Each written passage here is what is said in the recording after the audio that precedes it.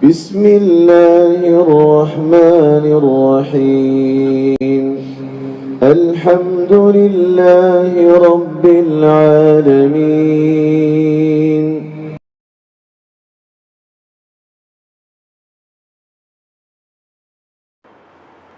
Saya akan jawab di sini. Assalamualaikum warahmatullahi wabarakatuh. Suatu ketika saya sholat qiyamul lail, terus saya menangis.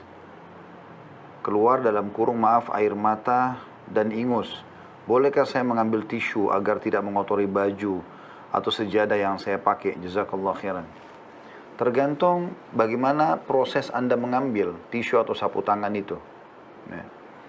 Kalau Anda mengambil tisu dan sapu tangan itu dalam arti kata meninggalkan sejadah, pergi ke meja mengambil, maka ini tidak dianjurkan, bahkan tidak dibolehkan. Anda misalnya coba mengambil dari kantong, ada sapu tangan atau ada tisu, kemudian coba membersihkan, maka itu tidak ada masalah. Itu tidak ada larangan dalam masalah ini, ya. Insya Allah. Selanjutnya, Assalamualaikum warahmatullahi wabarakatuh. Mohon nasihat, saya seorang istri yang sedang berusaha mendekat diri kepada Allah. Setelah belajar ilmu syar'i, saya mulai memperbaiki cara pakaian dan tidak lagi berdandan atau tabarruj. Namun di sisi lain, semakin saya sederhana, suami saya semakin tak bisa menundukkan pandangannya. Suami selalu mencari celah untuk bisa melihat wanita yang tabarruj di sosial media, bahkan sambil berkomunikasi. Bagaimana solusinya, Ustaz? Jazakallah khairan. Saya melihat Anda mengimbangi masalah ini, ya. Dalam arti kata gini, dari sisi Anda dan dari sisi suami saya akan jawab. Dari sisi ibu, saran saya adalah bukan berarti Anda menggunakan hijab syar'i, kemudian lost control di situ. Dalam arti kata, di rumah pun tetap pakai hijab, kemudian sudah tidak lagi dandan depan suami, maka itu keliru. Justru Anda harus menunjukkan setelah Anda menggunakan hijab syar'i, kalau ketemu dengan yang bukan mahram, di depan suami, Anda harus lebih baik daripada sebelumnya. Pakai pakaian-pakaian yang dia suka, yang terbuka, yang bisa menggoda dia, yang menghibur dia, warnanya, bentuknya, modelnya, segala macam. Begitu juga dengan bau badan, penampilan rambut. Ummahatil mukminin kalau mau ketemu dengan Nabi SAW, mereka menunjukkan yang terbaik, ya. Dalam sebuah riwayat disebutkan Aisyah radhiyallahu anha sering meletakkan wangi-wangian di rambutnya dan beliau membahasakan itu kalau ingin bertemu dengan Nabi SAW. Dan Nabi SAW sendiri setiap kali mau bertemu dengan para istri beliau selalu menggunakan siwak agar tidak ada bau mulut maksudnya. Kemudian juga Nabi SAW selalu meletakkan serbuk yang wangi dari kepala beliau, dari daerah tepung beliau sampai ke kaki. Dan beliau menyuruh istri beliau untuk meletakkan, kecuali di kemaluan beliau meletakkan sendiri sallallahu alaihi wasallam. Jadi Anda harus mempertemukan antara tabarruj itu, tidak tabarruj di luar rumah, tentunya dengan dengan tetap harusnya bisa terjaga, ya, dalam rumah. Dalam arti kata tetap kelihatan seksi, rapi, bersih, wangi di depan suami, karena itu bagian daripada syariat. Kata Nabi SAW, wanita ahli surga adalah wanita yang kalau kau lihat kepadanya kau akan senang. Kenapa? Karena penampilannya, pakaiannya, ya, bau wanginya dan seterusnya, tutur katanya yang santun. Dan kalau kau perintahkan dia patuh, serta kalau kau lagi tidak ada dia menjaga kehormatannya. Jadi ibu harus imbangi masalah itu dari sisi ibu, ya. Jadi coba ibu gunakan pakaian-pakaian yang terbaik. Ibu kan tahu, dan semua muslimah harusnya tahu, apa yang dijual oleh wanita-wanita pelacur di luar sana. Yang mereka jual adalah baju yang seksi, baju yang menarik bagi laki-laki, dengan warnanya, dengan modelnya, dan segala macam, coraknya. Kemudian dengan wanginya, dan dengan juga godaannya, tutur kata, dan segala macam. Seharusnya setiap istri harus jauh lebih hebat daripada itu. Karena mereka itu adalah perempuan yang melakukan perbuatan salah. Mereka meletakkan kecantikan, keindahan, wangi, segala macam, ya, bukan pada tempatnya. Kalau Anda di sini pada tempatnya. Karena banyak sekali di antara muslimah, justru mereka setelah sadar, setelah mereka tahu bahwasanya mereka tidak boleh tabarruj, ya, pamer-pamer aurat di luar rumah misalnya, maka mereka pakai hijab syar'i. Lalu kemudian mereka berubah di rumah pun begitu. Bahkan sampai di depan suaminya pun pakai jilbab. Bahkan tiba-tiba sudah tidak lagi menjaga dandanannya, wanginya, rambut yang indah dan segala macam. Ini keliru. Apa kata Nabi SAW kepada setiap laki-laki kalau baru pulang safar? Biasanya orang kalau datang safar mungkin ketemu istrinya, umumnya terjadi biologis. Maka apa yang Nabi SAW katakan? Janganlah seseorang di antara kalian kalau pulang ke rumahnya, pulang dari safar, dia langsung ke rumahnya sebelum dia memberitahukan kepada istrinya. Agar istrinya sempat apa? Ada dua di sini. Sempat menyisir rambutnya dan mencukur bulu kemaluannya atau membersihkan kemaluannya. Jadi ada hal yang diperintahkan di sini. Karena suami laki-laki itu suka melihat sesuatu yang indah dari pasangannya. Ya. Maka jangan sampai ibu terkalahkan dengan media itu. Media apa? Kalaupun dia lihat media, dia cuma melihat saja dan dia tidak bisa, mungkin interaksinya pun sangat terbatas. Tapi Anda di rumah, suami depan mata, Anda bisa melakukan banyak hal dengan suami gitu. Itu Anda, sambil Anda doakan. Ya.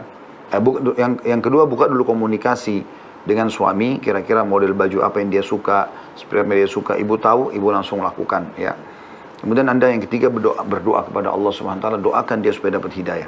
Itu dari sisi Anda. Dari sisi suami harus bertakwa kepada Allah Subhanahu wa taala. Setiap suami harus bertakwa, saya dan semua teman-teman suami harus bertakwa kepada Allah Subhanahu wa taala.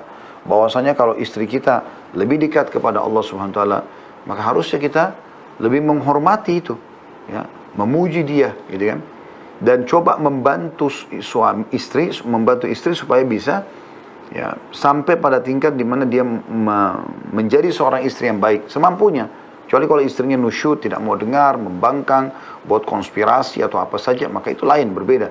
Tapi kalau selama istri ingin mendekatkan diri kepada Allah Subhanahu wa taala dan itu bisa, maka kita harus bertakwa kepada Allah Subhanahu wa taala. Jangan buka pintu-pintu maksiat seperti ini. Dan ini tidak benar tentunya, ya.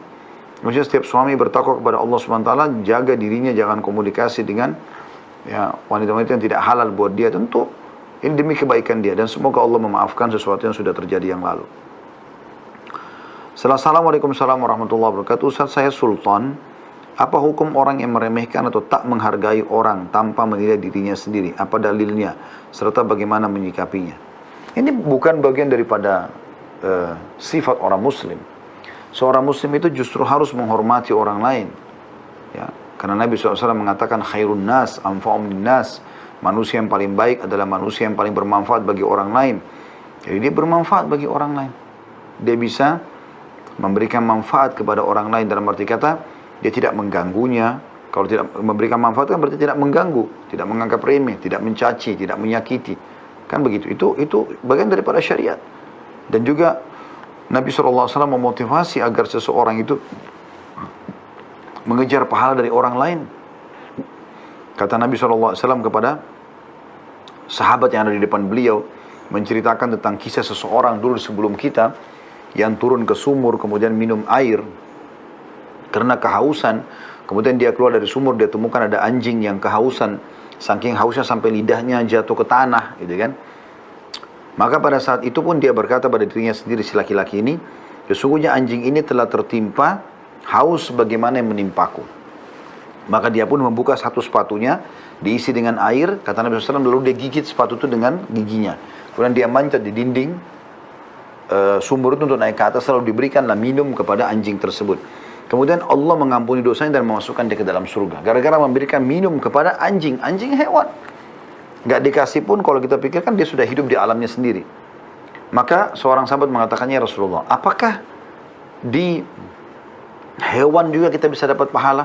Kata Nabi SAW, ingatlah, di setiap denyut nyawa, manusia, hewan, tumbuh-tumbuhan, semua ini ada pahala. Ada pahala. Kita disuruh memberikan manfaat kepada orang lain, bukan justru meremehkan, menjatuhkan, merusak nama baiknya dan segala macam. Apalagi mengambil haknya. Makanya Nabi SAW mengatakan dalam hadis lain riwayat Bukhari Muslim, kullu muslimin ada muslimin haram, damuhu wa maluhu wa irduh. Semua muslim dan muslim yang lain hukumnya haram, darahnya, hartanya dan juga kehormatannya. Ya. Jadi kalau ada orang seperti ini sifat buruk. Semoga Allah berikan hidayah, ya. Dan saya sarankan Anda tidak berteman sama orang-orang yang seperti ini supaya jangan sampai kita terpengaruh, ya. Anda bisa nasihati, bagus. Di sini kan dikatakan bagaimana menyikapinya. Dalil sudah saya sebutkan tadi. Kalau menyikapinya adalah Anda coba berinteraksi secukupnya saja kalau diperlukan. Coba nasihatin dulu. Kalau nggak mau berubah, Anda interaksi secukupnya. Assalamualaikum warahmatullahi wabarakatuh. Zikir pagi petang itu maksudnya zikir setelah sholat subuh dan asar. Ya, ya itu yang dimaksud. Anda lakukan setelah subuh dan setelah asar. Assalamualaikum warahmatullahi wabarakatuh. Ustadz, bolehkah mengisi waktu luang dengan membaca komik? Apakah haram Ustadz? Walau sesekali. Komik itu kisah kosong. Gitu kan? Untuk apa? Manfaatnya buat Anda apa? Bacalah sesuatu, terlalu banyak ilmu pengetahuan yang mesti Anda baca. Ilmu agama yang begitu luas, yang masih banyak belum Anda pelajari. Gitu kan? Kata sebagian ulama, ilmu agama, kita bicara ilmu agama, belum kita bicara ilmu-ilmu dunia juga yang ada manfaatnya, kayak ilmu kedokteran, ilmu kesehatan, apalah segala macam ya. Tentang teknologi dan segala macam, masih banyak bisa Anda pelajari. Kata para ulama, ilmu agama itu, kalau kau memberikan seluruh umurmu, dari pertama kau lahir sampai kau mati, misalnya umur 70 tahun atau 80 tahun, maka dia tidak memberikan dari dirinya kecuali setengah saja. Bayangkan aja. Apalagi kalau Anda cuma belajar seminggu sekali, sebulan sekali, ya. Setiap hari saja kita dari bayi belajar sampai kita mati masih belum bisa mempelajari semua ilmu agama. Masih banyak yang bisa harus dipelajari. Kenapa harus baca komik? Komik apa manfaatnya? Kita harus selalu bertanya, manfaat apa yang saya dapatkan gitu. Kalau nggak ada manfaatnya untuk apa? Seperti itulah. Assalamualaikum warahmatullahi wabarakatuh. Ustaz, nenek Ana sudah tua renta dan tidak sanggup berpuasa. Dan ini adalah Ramadan kedua dia tidak berpuasa. Sedangkan dia tidak mempunyai uang yang cukup untuk membayar fidyah. Dan anak-anak pun tidak bisa membantu beliau membayar fidyah karena merasa rata juga sama tidak kaya ya. Jadi solusinya apa Ustaz? Jazakallahu khair. La yukallifullahu nafsan illa wus'aha. Allah tidak bebankan sesuatu yang melampaui kemampuan seseorang. Kalau betul-betul dia tidak mampu ya sudah. Mau diapakan? Tinggal bertobat kepada Allah SWT. Allah lebih tahu antara dia sama Allah SWT. Makanya pernah ada sahabat, dia datang siang hari Ramadan, tiba-tiba dia mengatakan sambil dia ketakutan, ya Rasulullah, saya telah binasa. Kata Nabi SAW, kenapa kamu? Dia bilang, ya Rasulullah, saya baru gauli istri saya di siang hari Ramadan. Lalu Nabi SAW bilang, apa kau punya budak yang bisa kau bebaskan? Karena orang ini mau bertobat sekarang. Kata dia, tidak ada ya Rasulullah. Baik, apa kau bisa berpuasa 2 bulan berturut-turut? Dia mengatakan, tidak bisa ya Rasulullah. Apa kau bisa memberikan makan 60 orang miskin? Orang itu mengatakan, tidak bisa ya Rasulullah. Tidak mungkin, saya nggak punya itu. Nabi SAW diam sejenak. Rupanya, ada seseorang datang membawa satu keranjang besar isinya kurma semua. Kemudian memberikan kepada Nabi SAW. Nabi suka sekali memberi, apalagi di Ramadan. Nah, dalam hadis-hadis yang banyak disebutkan oleh para sahabat, Nabi SAW sangat jud, sangat dermawan ya, di Ramadan. Di luar Ramadan pun iya, tapi di Ramadan lebih lagi. Bahkan mengalahkan angin yang bertiup dengan kencang. Maka beliau mengatakan, mana tadi orang yang bertanya? Angkat tangan orang itu. Saya Rasulullah. Kata Nabi SAW, ambil keranjang ini sedekahkan. Maksudnya supaya bersih terhadap perbuatanmu itu. Maka dijawab orang tersebut.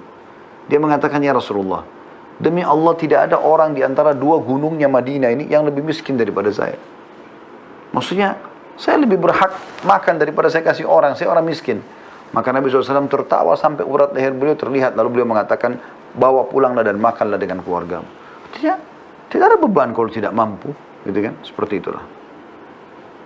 Tapi kalau ada yang mampu, dia bisa bayar. Kalau dia tidak mampu, kerabatnya seterusnya bisa membayarkan untuk dia fidyahnya.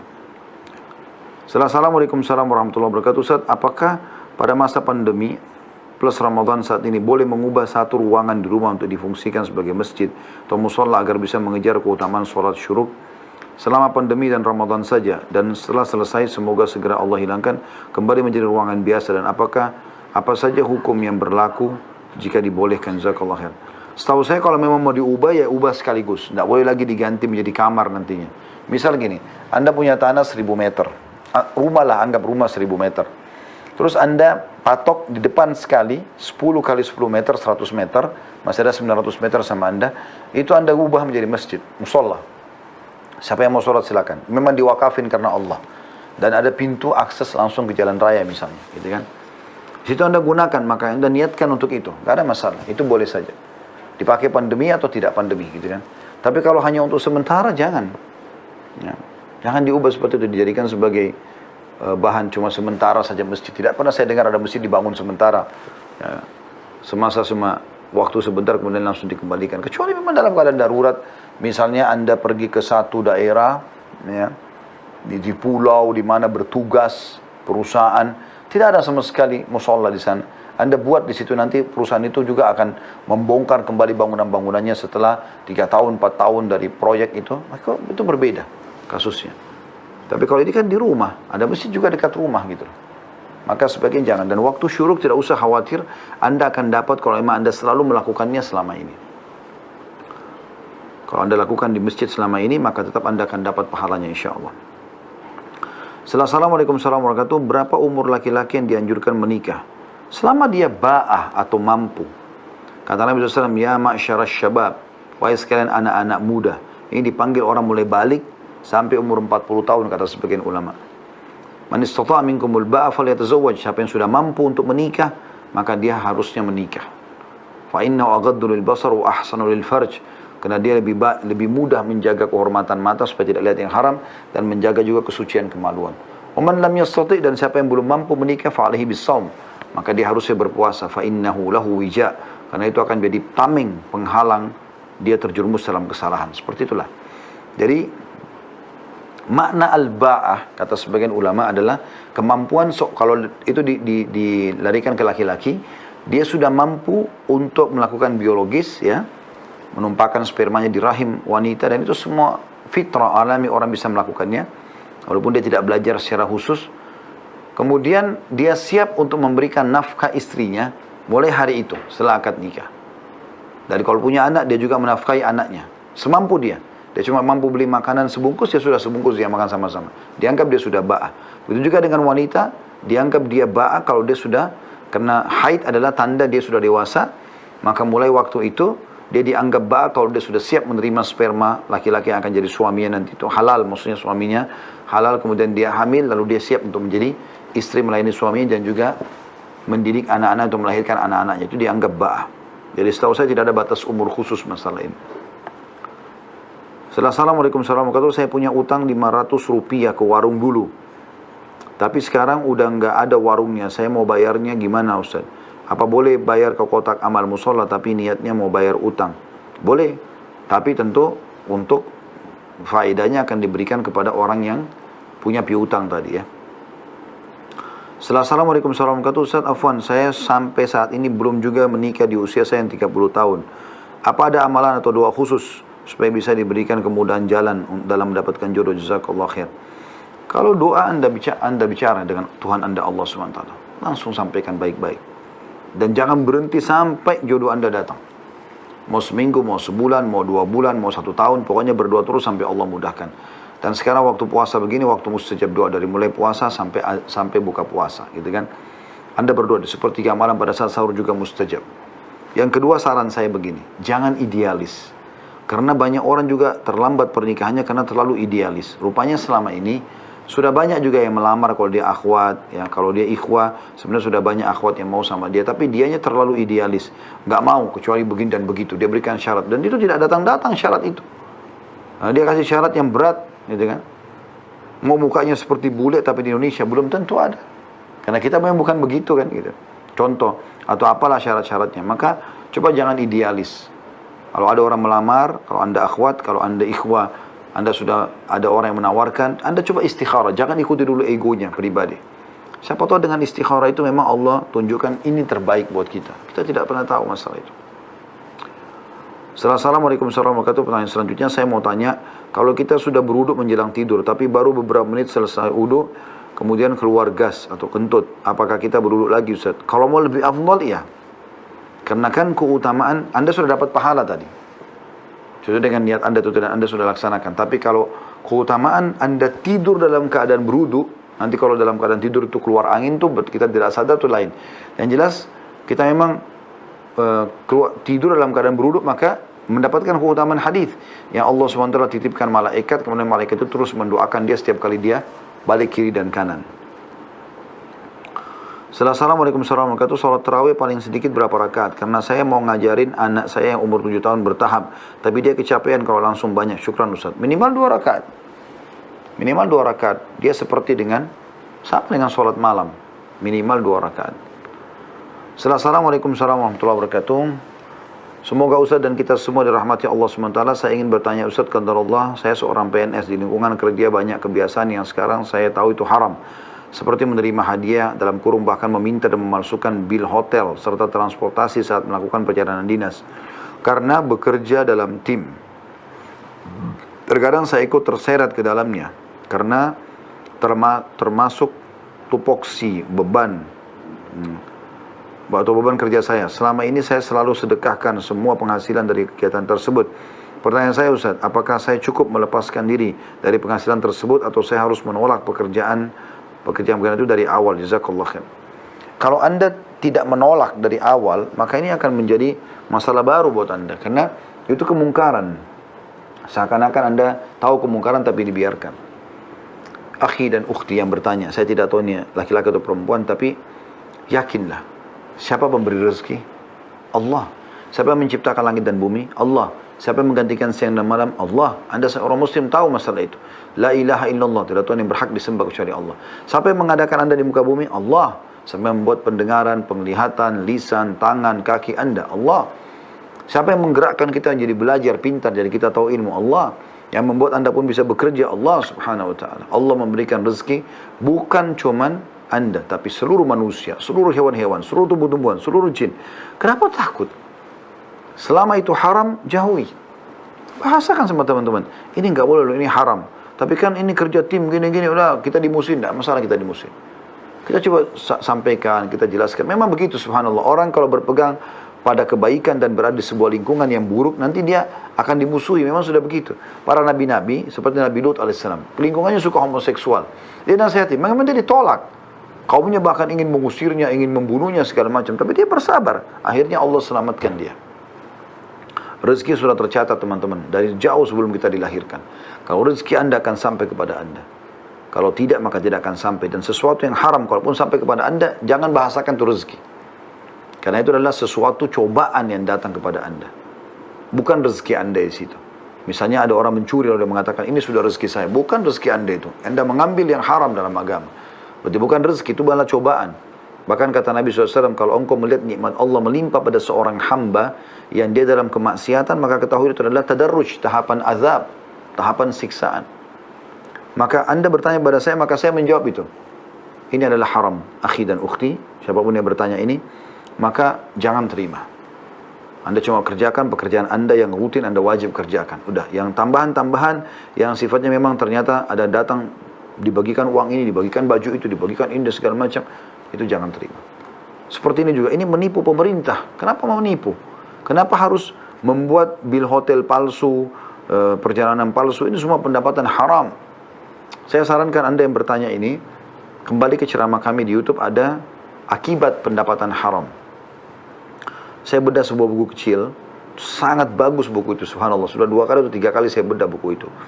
Ini teman-teman bisa ikutin insya Allah dan coba sebarluaskan, kasih ke teman-teman yang lain. Apalagi Ramadan, mudah-mudahan hati mereka lebih lunak bisa menerima masukan. Ya, seperti itulah.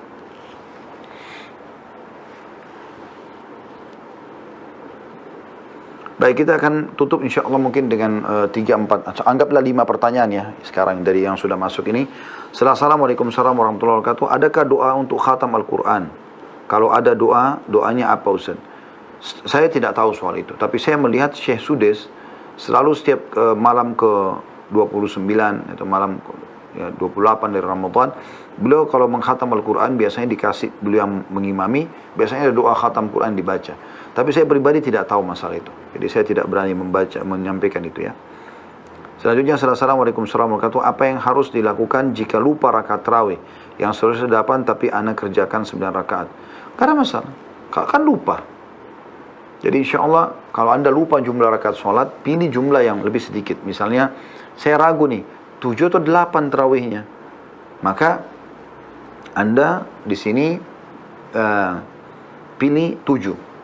Ya. Kata Nabi SAW, kalau kalian ragu, ini tentang sholat duhur ya, sama sholat asar misalnya, kalau kalian ragu tentang jumlah rakaat kalian 3 atau 4, pilihlah 3. Sehingga kalaupun nanti ternyata itu sudah 4, jumlah rakaat kalian menjadi 5, terpenuhilah syarat 4 rakaat.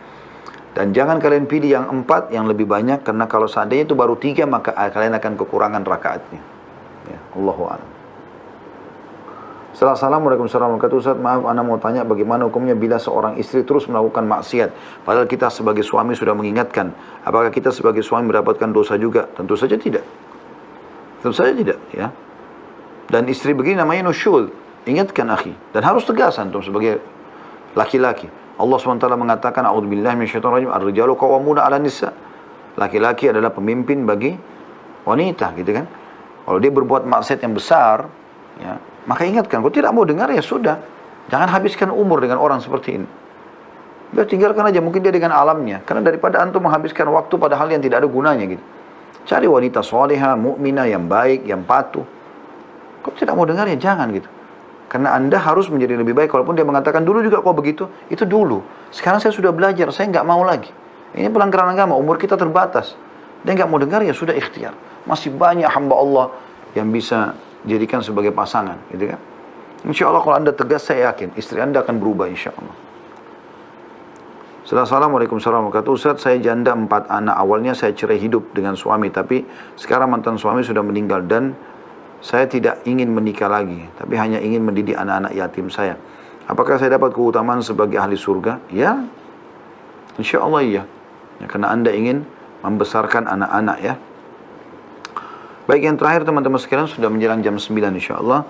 Assalamualaikum warahmatullahi wabarakatuh. Saya mau tanya bagaimana cara menghilangkan trauma yang berkepanjangan akibat ditinggal meninggal anak dan suami dalam kecelakaan. Pertama sekali, ibu yang bertanya ini, semoga Allah tenangkan hati Anda dan Allah juga membuat Anda bisa melalui sisa seumur Anda ini dengan ketaatan, istiqamah dan penuh dengan ketenangan iman. Allahumma amin. Dan juga semua yang mengikuti acara kita ini yang sedang menghadapi masalah, semoga Allah angkat semua masalah Anda. Ini adalah malam Ramadan dan mudah-mudahan termasuk ya yang Allah Subhanahu wa taala dengarkan doa-doa kita, ya, karena di Ramadan secara umum ada hadis yang menjelaskan mustajab doa. Ada juga mengkhususkan masalah puasa, tapi umumnya Ramadan disebutkan juga masalah itu dalam beberapa riwayat. Yang pertama sekali ibu, saya nasihatin Anda, Allahu alam, anak dan suami ibu meninggal bukan karena kecelakaan, tapi karena ajal mereka datang. Itu dulu tanamkan baik-baik. Nah, itu prinsip dasar akidah seorang muslim. Artinya di detik itu, di waktu itu, di tempat itu mereka akan meninggal walaupun tidak kecelakaan. Andai saja tidak terjadi kecelakaan, mereka juga akan mati di situ di waktu itu. Ya. Kecelakaan itu hanya proses sebab saja, gitu kan? Pernah ada seorang saleh, orang ini lagi makan di kemahnya, namanya Abdullah. Kemudian datang seseorang dari kejauhan waktu dia lagi makan, dia lagi suap Bismillah, makan dengan tangan kanannya, lagi mengunyah, tiba-tiba ada orang dari kejauhan dengan kecepatan tinggi kudanya, debu sampai berterbangan, langsung buka pintu kemahnya lalu teriak, wahai Abdullah, anakmu baru meninggal ditusuk orang. Naudzubillah, kita mungkin seorang ayah yang sejati, seorang ibu ya, yang sejati pasti kalau dengar anaknya dibunuh kaget gitu kan. Tapi subhanallah, tiba-tiba Abdullah ini dengan sangat tenang memberhentikan mulutnya, kunyahan mulutnya, lalu dia mengatakan, Inna lillahi wa inna ilaihi raji'un.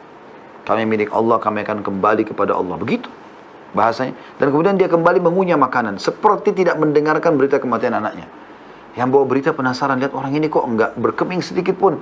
Lalu dia mengatakan, wahai Abdullah, anakmu baru mati ditusuk orang. Dia berhenti lagi kunyah, lalu dia mengatakan, Inna lillahi wa inna ilaihi raji'un. Lalu dia kunyah lagi makanannya. Orang ini kena penasaran, yang bawa berita lalu mengulangi 3 kali mengatakan, wahai Abdullah, saya melihat dengan mata kepala saya, ada orang pegang pisau, tusuk dada anakmu, mati, tumpah darahnya. Abdullah sama saja. Inna lillahi wa inna ilaihi raji'un. Lalu kembali mengunyah makanan. Orang ini lalu mengatakan, wahai Abdullah, saya mau tahu, kenapa anda tidak berkeming sedikit pun ini? Anak anda mati ditusuk orang. Abdullah mengatakan, duduklah sebentar. Jadi anaknya mati, dia masih bisa menasihatin orang ini, duduklah sebentar. Lalu dia mulai membuka nasihatnya, dia mengatakan, ketahuilah, anak saya mati itu bukan karena tusukan orang itu, tapi anak saya mati karena ajalnya sudah datang. Kalau ajalnya belum datang, biar dia ditusuk oleh 1000 orang, dia tidak akan mati. Yang lain, yang kedua adalah, mungkin yang kau harapkan adalah saya panik, kemudian saya bongkar makanan dan saya buang. Lalu saya urus dan saya cari pembunuh anak saya, kemudian saya membalas dendam. Kata orang yang bawa berita, iya benar. Dia bilang, ketahuilah, makanan ini adalah punya hak, ini rezeki dari Allah. Saya nggak boleh membuangnya seperti yang anda bayangkan. Kalau saya buang berarti mubadzir, dan mubadzir adalah saudara syaitan. Allah berfirman, innal mubadzirina kanu ikhwana syaitin. Wa kana syaitanu rabbihi kafura. Sesungguhnya orang mubadzir membuang-buang makanan itu adalah saudara syaitan, dan syaitan kufur kepada Tuhannya. Kemudian kalau saya balas dendam, apa manfaatnya saya balas dendam? Kalau saya juga pergi dan membunuh orang yang membunuh anak saya, maka dia berdosa, saya juga berdosa. Tapi saya akan kembalikan kepada wali, nanti wali yang urus masalah itu. Seperti itulah. Maka saya akan makan dulu ini, makanan, kemudian baru saya urus jenazah anak saya. Begitu luar biasanya orang mukmin yang memahaminya. Qul la yusibana illa ma kataballahu lana. Semua yang terjadi di muka bumi ini, semuanya terjadi karena Allah telah menakdirkannya. Jadi, itu prinsip dasar. Ini ibu fahami dulu ini. Yang kedua, ibu fahami baik-baik, renungi supaya traumanya hilang. Suami ibu dan anak ibu tidak hilang. Keliru kalau ada orang mengatakan orang mati itu hilang. Keliru. Mati itu, teman-teman sekalian, adalah sebuah pintu yang kita akan pindah kepada kehidupan abadi. Kita akan pindah ke sana. Semuanya. Sekarang, kemarin-kemarin, suami dan anak ibu. Besok ibu lusa, ataupun besok atau lusa ibu akan nyusul. Orang mukmin tahu itu. Bahkan dunia ini bagi kita adalah tempat lewat saja. Nabi SAW selalu mengingatkan masalah itu. Perumpamaan dunia ini dibandingkan dengan akhirat hanya seperti jari telunjuk kalian yang kalian celupkan di bumi. Lalu kalian angkat. Lihatlah berapa tetes air yang tersisa.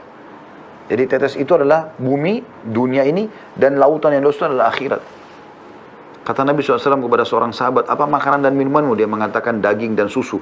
Kata Nabi SAW, lalu jadi apa setelah itu? Kata sahabat itu, jadi yang anda sudah tahu ya Rasulullah. Jadi kotoran maksudnya. Kata Nabi SAW, Allah menjadikan perumpamaan dunia ini seperti kotoran yang keluar dari anak manusia. Atau anak Adam. Kata Syekh Utsaimin rahimahullah, dunia ini hanya seperti WC bagi kaum muslimin. Mereka masuk dan mereka selesaikan hajat, lalu kemudian mereka pulang. Jadi kita pergi. Akhirat adalah kehidupan kita. Makanya para sahabat kalau mau meninggal, mereka saling datang dan memotivasi, mengatakan berita gembira buat kalian. Kok orang mau mati dibilang berita gembira? Lah iya, karena sebentar lagi kau akan ketemu dengan Allah, ketemu dengan Rasulullah SAW, melihat surgamu, bertemu dengan orang-orang soleh. Semua akan kita ketemu, bukan cuma suami dan anak ibu, tapi ibu akan ketemu dengan ayah ibu, ya kalaupun sudah meninggal, kakek, nenek, yang kesekian keturunan kita yang pertampakan, kita ketemu dengan nabi-nabi, termasuk Nabi Adam alaihissalam. Kita akan ketemu semuanya. Jadi mereka tidak hilang, Bu. Mereka hanya pindah alam. Kita pun semua akan ke sana. Gitu kan? Kemudian yang ketiga, kalau anda cinta dan sayang kepada suami dan anak, beramal soleh lah buat mereka. Karena ini perintah. Berdoa, bersedekah. Ya. Seperti itu. Jadi harus anda lakukan kebaikan-kebaikan buat mereka. Dan yang keempat, isilah sisa umur anda justru dengan kesolehan. Sebelum datang ajal seperti mereka.